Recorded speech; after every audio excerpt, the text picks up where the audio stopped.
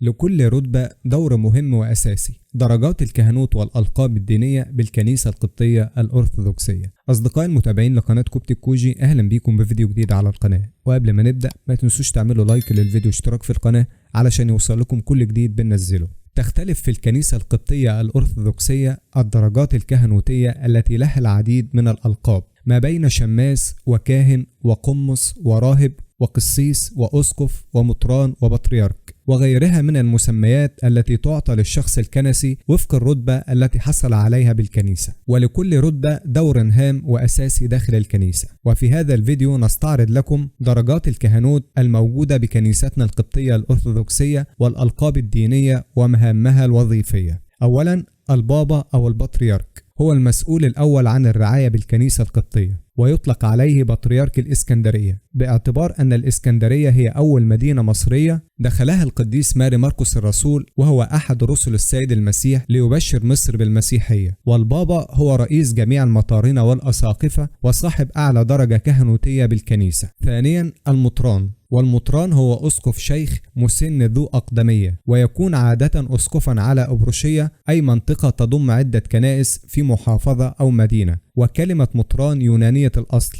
متروبوليتيس، وتتكون من مقطعين، مترو بمعنى الأم وبوليتيس بمعنى مدينة، فيكون معناها صاحب المدينة الأم أو الكبيرة. والمطران ذو رتبة إدارية أعلى من مستوى الأسقف.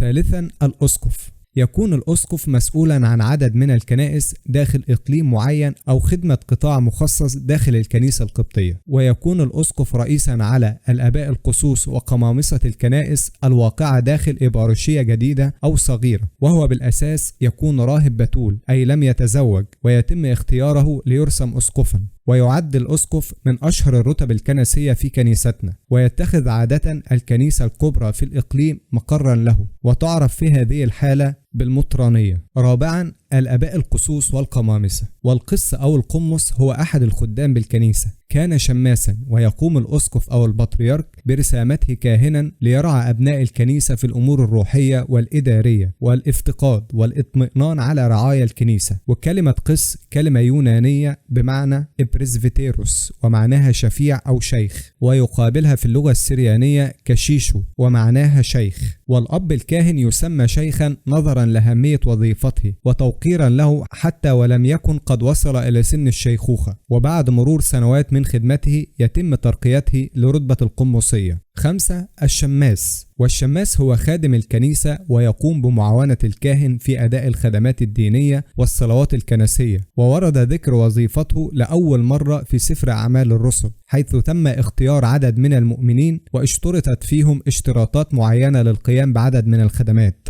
وكانت الخدمة الاجتماعية هي أولى مسؤولياتهم للحد من انشغال الرسل الأوائل بالخدمات الاجتماعية على حساب الخدمة الدينية الروحانية والخدمة للكرازة، ثم تحولت بعد ذلك إلى رتبة من رتب الخدمة الكهنوتية وهي الشموسية. وتنقسم رتب الشمامسة إلى 5 أقسام. 1. الإبسالتوس أي المرتل، وعمله الترتيل وحفظ الألحان.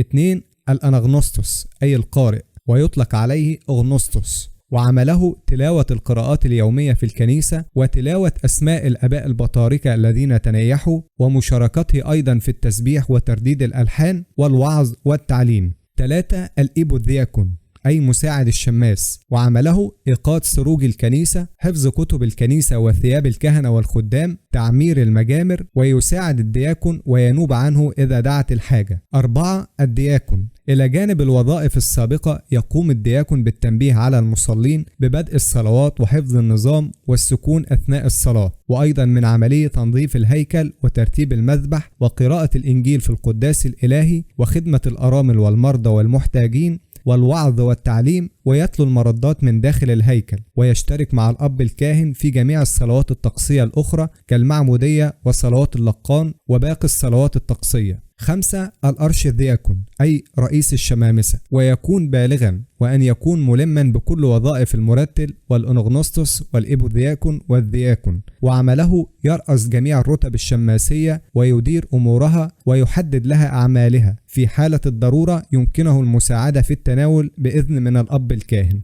وأخيرا لا يمكننا أن ننسى الراهب أو الراهبة، والراهب ليست رتبة كنسية ولكن هو إنسان أحب الله واتبع طقس ومسلك الرهبنة أي البتولية وعدم الزواج.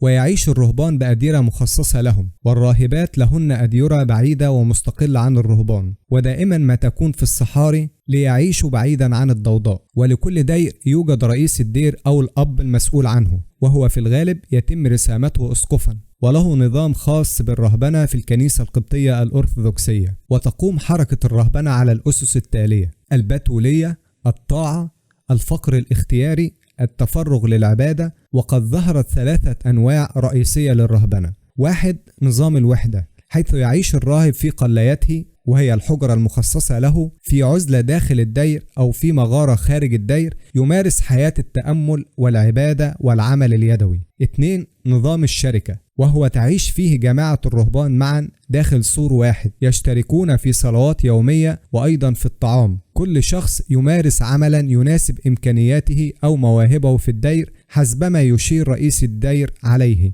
3. نظام الجماعات، وهي التي يعيش فيها الرهبان في قلالي أو مغاير متقاربة يجتمعون معا في الصلوات الليتورجية. ونظام الجماعات هو نظام متوسط بين الوحدة والشركة. وتعد مصرنا الحبيبة هي مهد الرهبنة، فقد كان القديس الأنبا أنطونيوس هو أول راهب في العالم، ومنه انتقلت الرهبنة إلى العالم أجمع. كان هذا عرض سريع لدرجات الكهنوت والألقاب الدينية في كنيستنا القبطية الأرثوذكسية. أشكركم لحسن المتابعة وإلى اللقاء. البابا تودروس الثاني السيد المسيح كان النور الحقيقي في معجزة المولود أعمى. أصدقائي المتابعين لقناة كوبتك كوجي، أهلا بيكم بفيديو جديد على القناة. وقبل ما نبدأ ما تنسوش تعملوا لايك للفيديو واشتراك في القناة علشان يوصل لكم كل جديد بننزله. قال قداسة البابا المعظم الأنبا تودروس الثاني بابا الإسكندرية وبطريرك الكرازة المرقسية: نتذكر معجزة السيد المسيح للمولود أعمى. السيد المسيح في هذه المعجزة هو النور الحقيقي، كما نعبر عن ذلك يوميا في صلاة باكر في مقابل الظلمة التي هي قوة الشرير أو نظام حياة الشر.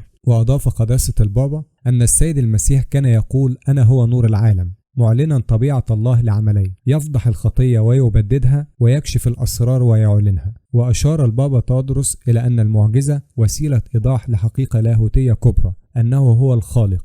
إنها معجزة خلق عينين انتهت بالسجود كعبادة وليس احترام فقط، بالاعتراف والإيمان بابن الله. ونال هذه المعجزة الشخص المؤمن فقط، بمعنى أن في قلبه تربة صالحة لبذرة الإيمان. واختتم قداسة البابا: لم تكن المعجزة في فتح عيني هذا الرجل، لكن في فتح قلبه للمخلص. كان أعمى جسديا وروحيا، لكن عيناه وقلبه انفتحوا لأنه استمع إلى الكلمة وآمن بها وأطاعها، فاختبر نعمة الله. أشكركم لحسن المتابعة وإلى اللقاء.